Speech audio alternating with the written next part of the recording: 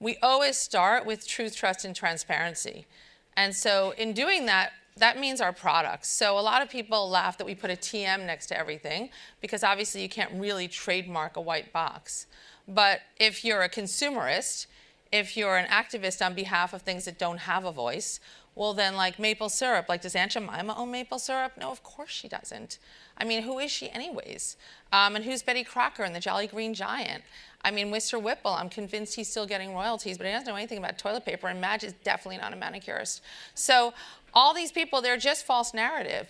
Maple syrup is maple syrup. So we start with that white box, but we also start as an education platform. Because if you actually watch the way people shop, if they're changing habits or they're looking for new brands, they want to know what's inside.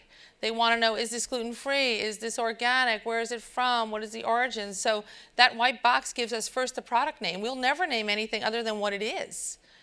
Because applesauce doesn't own anything or owe anything to Mott's or Del Monte. Like, applesauce is applesauce. I don't even know if it wants to be a toddler snack because nobody asked it.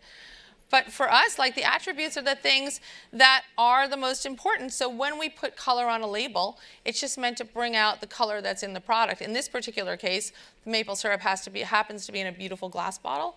But in many cases, the packaging isn't. So we'll take that. And then we'll put the trust marks and certification. So you don't have to turn it upside down and inside out to look for USDA certified organic. But then ultimately, the photos and the way it's used is how people are using it in their everyday lives. So to be truthful, to have trust or to build trust, and to be transparent with a consumer or with a person that's interacting with us, we start with our labeling system, because that's the centerpiece of our communications platform, and products can speak for themselves.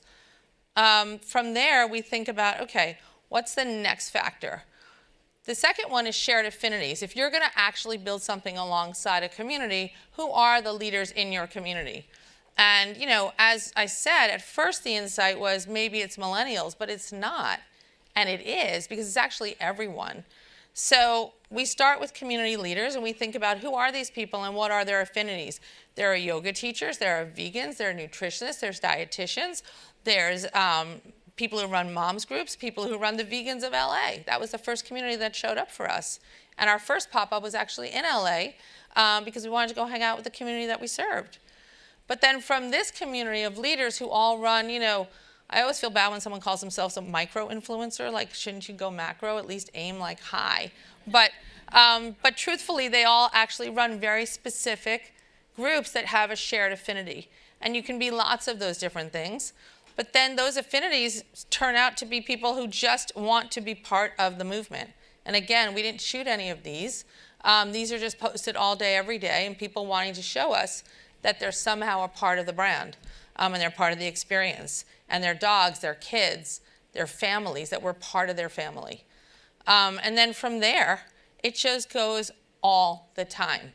Constantly publishing photos in your life, in your home, in different ways to tell the story. We didn't shoot a single one of these. It just keeps going.